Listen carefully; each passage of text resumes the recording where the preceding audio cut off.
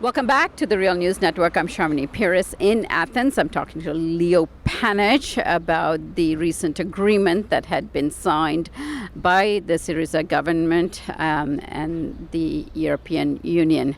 As you know, Leo Panitch is a regular guest on the Real News Network. He is a political science professor at York University in Toronto, and for the last week he's been here in Athens. Leo, thank you so much for joining me again. Thanks, Sharmini. Good to be here with you.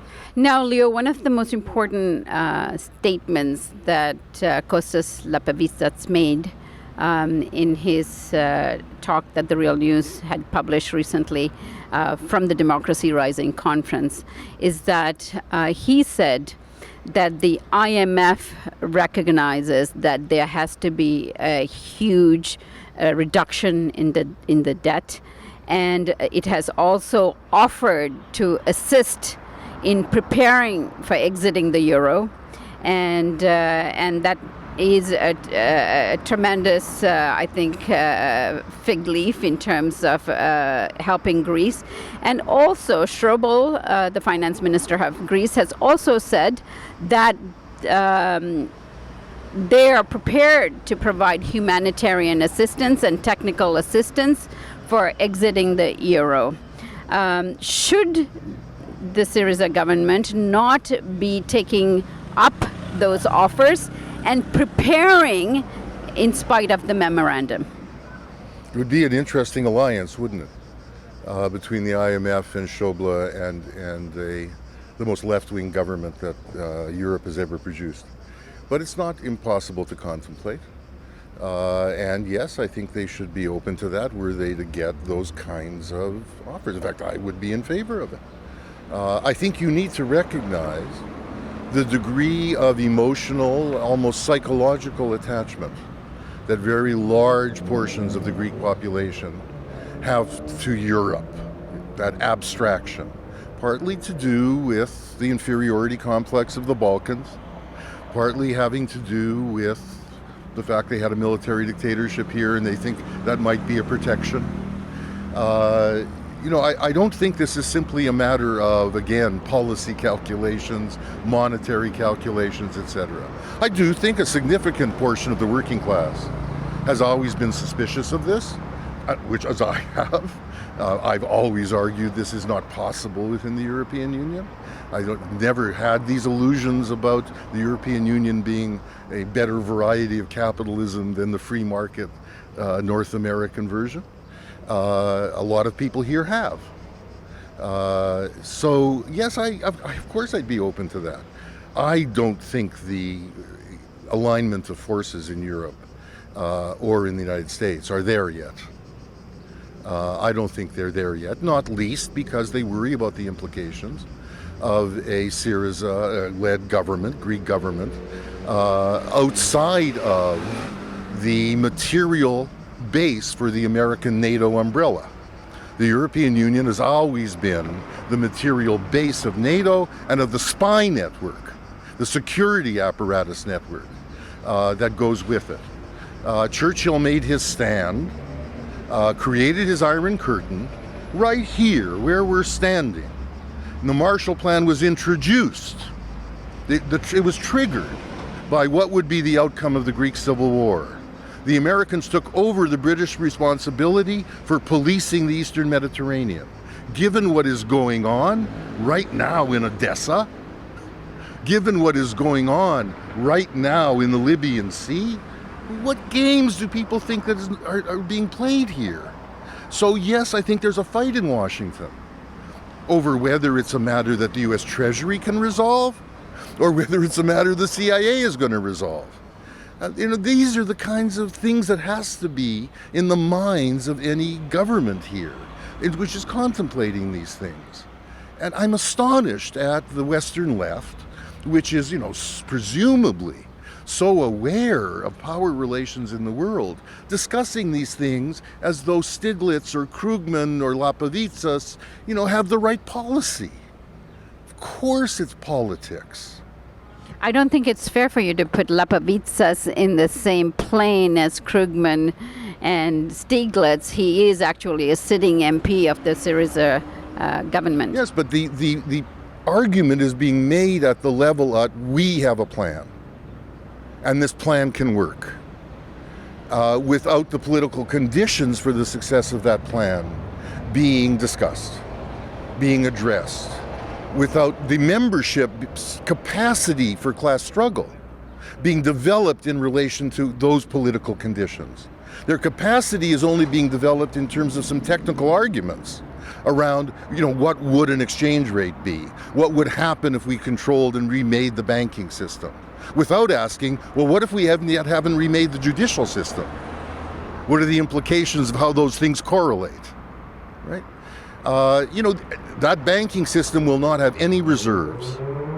It's true, the IMF has had the only plan, and it's had it since 2011, on converting back to the drachma. That's what the IMF does. What's what their expertise is. They have an interest in doing it because of all the contracts that are now in euros, that are linked to an economy in which merchant trade, right, and the distribution of goods are very important for the rest of Europe and arguably beyond. So of course they have to be concerned with that. It's not inconceivable that they could facilitate this. But it's not being presented by the left platform that way. It's being presented as though there's a magic bullet here.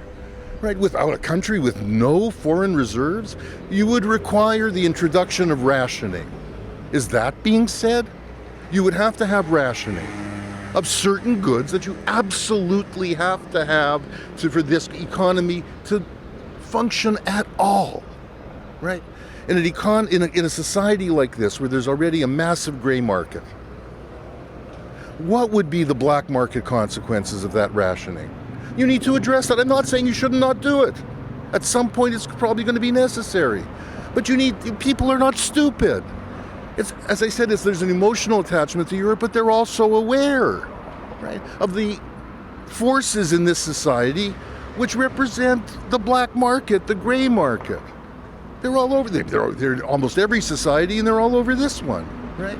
So unless they have the confidence that the type of honest, dignified sharing arrangements that you find in these massive numbers of solidarity clinics and food distributions and so on, which are decommodifying, not operating through the gray market, not operating through the black market, that would trump that, right?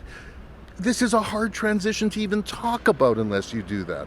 And I have to tell you that the left platform has less respect from the most politicized activists in the Solidarity Network than almost any other branch of SYRIZA. They see it as top-down politics. Old-fashioned top-down politics. Now, they are more committed to getting out of capitalism, certainly, than are wide swaths of the leadership. They are more committed to class struggle than are many, many members of the government who are looking for an alliance with the bourgeoisie, of course. Yes. But at this moment, what they're calling for is a respect of the referendum outcome. Charmony, that referendum was a referendum called like a strike vote. Yes, it was give us the authority to go back and say, for bargaining, and say that the people supported us. They want to interpret it that way against all of the evidence of the opinion polls. That people were trying to vote both, and of course people vote that way. They vote both to have this and that. That's how people vote. That's why they vote for parties that offer this and that at the same time. And that happened again. The fact that they have such confidence in SYRIZA was remarkable, right? They were essentially giving a vote of trust to a leadership which, yes, has been committed, I think wrongly, to being able to make this change inside Europe.